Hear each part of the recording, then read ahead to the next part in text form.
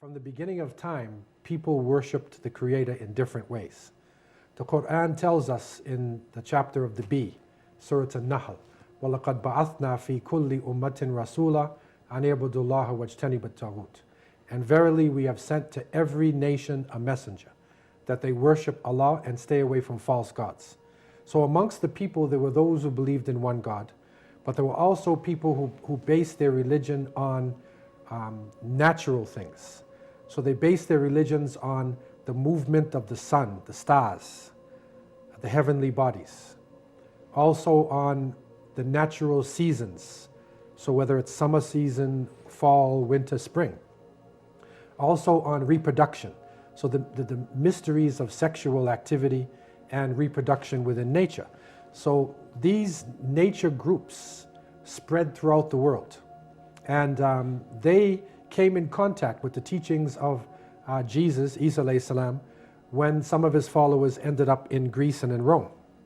And we know that these followers to a great extent were influenced by Paul, who had accepted his teachings but then started to change the message somewhat, sort of opening up the doors for other types of beliefs. And so we are going into February now, and coming out of January, coming out of the New Year's. January was based on Janus, who is the two-faced God. He's got one face of spirituality and another face of materialism. And that's the hypocritical nature of the New Year's celebration. It's supposed to be a spiritual event, but actually, again, people are drinking alcohol and being involved in a lot of riotous occasions. So this is the confusion. Now going into February now, there was a celebration done by the Romans called the Lupercalia. And the Lupercalia was based upon their gods of Pan and Juno.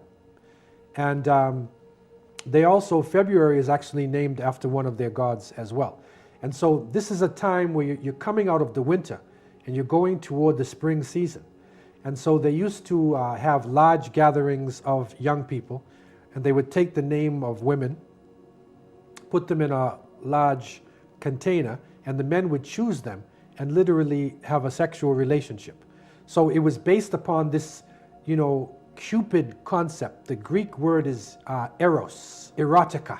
Mm-hmm. Okay, so erotica is basically sexuality. And so that was the main issue on this occasion. And this is where you get cupids from and hearts and things like that, because this is actually the ceremony of, open sexuality.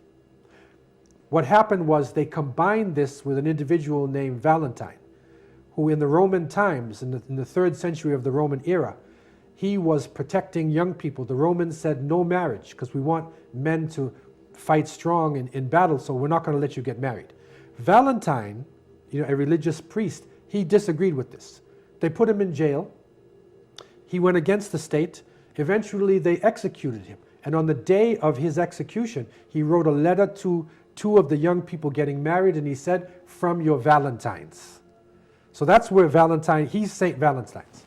So they took the concept of the open sexuality, put the name of a Christian priest on it, so it seems like a holy day, but actually it's the open sexuality of the Lupercalia. And that is the dangerous thing for Muslims and people of conscience to get involved in this, because what happens is pornography, erotica, this overcomes everything else. So it seems like it's innocent. It's like they say, a wolf in sheep's clothing. It seems like it's innocent because Valentine was protecting young people. But the reality is, it is an occasion where more people commit fornication and adultery, where rape happens, unwanted pregnancy. It is actually a dangerous time. You will see in many of the movies today, erotica is an overriding concept. So the movie stars are in space and they're fighting aliens and someone falls in love. They're under the ocean fighting a beast under the ocean, someone falls in love. They're playing baseball or basketball, somebody falls in love. Every movie they're falling in love. Why? Erotica. So erotica is this concept coming out of the Greek culture that pushed the people towards loose, open sexual relationship. And this, of course, is very destructive to society. Not only is it going against, the law of God, but secondly, it creates unwanted pregnancies, sexually transmitted diseases. It is one of the big problems and plagues in the world today when people do not organize their life, take responsibility for their sexuality. There's a lot of damage that actually comes along with it, especially for the women. And so therefore, we're saying to Muslims, don't play around with the devil. Don't play around with evil things and think that it is sport and play. Because what is happening is that young people are being fooled into focusing their life on their sexuality, as opposed to focusing their life on their education, on their physical fitness, and then grow into their sexuality. This is how societies develop themselves over the centuries. And of course, the last revelation, of the Qur'an brought us the beautiful example of the husband and the wife and the family, and how people can protect themselves, and how sexuality can actually be a beautiful thing. It can be a halal, permissible thing, and not something wild and uncontrolled.